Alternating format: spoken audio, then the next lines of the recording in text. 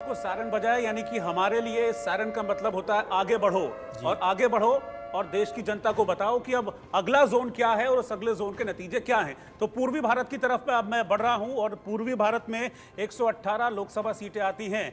इन 118 लोकसभा सीटों को अगर मैं तोड़ूं तो पश्चिम बंगाल, बिहार, झारखंड, ओडिशा, इन राज्यों की मैं बात करूंगा। और इन राज्यों में कितना फायदा किसको मिल रहा है, कितना नुकसान किसको मिल रहा है, इन राज्यों की जनता ने किस पर भरोसा जताया है, ये फिगर्स अब मैं आपके सामने रखने वाला हूं। 118 सीटों की अगर मैं बात करूं जो पूर्वी भारत में पड़ती हैं, तो पश्चिम बंगाल की 42 सीटें हैं, बिहार की 40 सीटें हैं, झारखंड की 14 लोकसभा सीटें हैं और ओडिशा की 21 लोकसभा सीटें हैं। पिछली बार जो कुछ भी रहा हो, लेकिन इस बार आंकड़े किसके फेवर में हैं, वो आंकड़े हम आपके सामने रखने जा रहे हैं। और मुझे लगता है कि हमको पश्चिम बंगाल से इसकी शुरुआत करनी चाहिए, क्योंकि पश्चिम बंगाल में 42 सीटें हैं लोकसभा की। और पिछली बार का जो फिगर था, पिछली बार हमने देखा था कि एक जबरदस्त बीजेपी के आंकड़े में उछाल आया था और 18 सीटें भारतीय जनता पार्टी ने हासिल की थी। हालांकि फिर भी जो मेजर सीट शेयर था वो टीएमसी का रहा था, 22 सीटें टीएमसी जीती थी। लेकिन इस बार क्या बंगाल में बदलाव आ रहा है, एग्जिट पोल के आंकड़े क्या कहते हैं, वो मैं आपको दिखाऊंगा। पूर्वी भारत की 118 सीटों में इंडिया को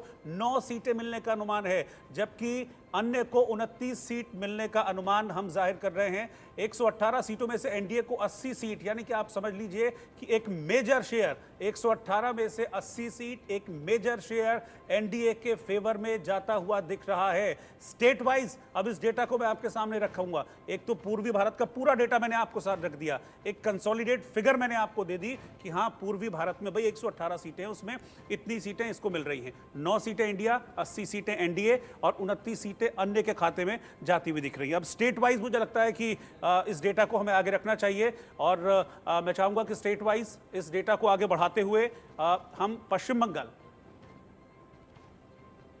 ठीक है, चलिए मैं एक कंसोलिडेट जो फिगर है उस पर एक रिएक्शन मैं ले लेता हूं राकेश जी से। राकेश जी, पश्चिम 100 हमने देखा कि दक्षिण भारत में बीजेपी ने अपनी मौजूदगी को बढ़ाया है। 53 सीटें इस बार दक्षिण भारत में बीजेपी आती हुई दिख रही है। और ये जोन पूर्वी भारत का जो जोन है, यहां से भी बीजेपी को कुछ ना कुछ गेन हो ही रहा है। यहां पर अभी स्टेट वाइज मैं आपके सामने रखूंगा, लेकिन 118 सीटें हैं और उसमें से 80 आप ले जा रहे हैं, तो दैट मीन्स कि यू आर गेनिंग। देखिए, जिस तरह से हम लोग रोहित जी जिक्र कर रहे थे कि जो पश्चिम बंगाल है, पश्चिम बंगाल में बीजेपी ने पूरी ताकत झोंक रखी थी।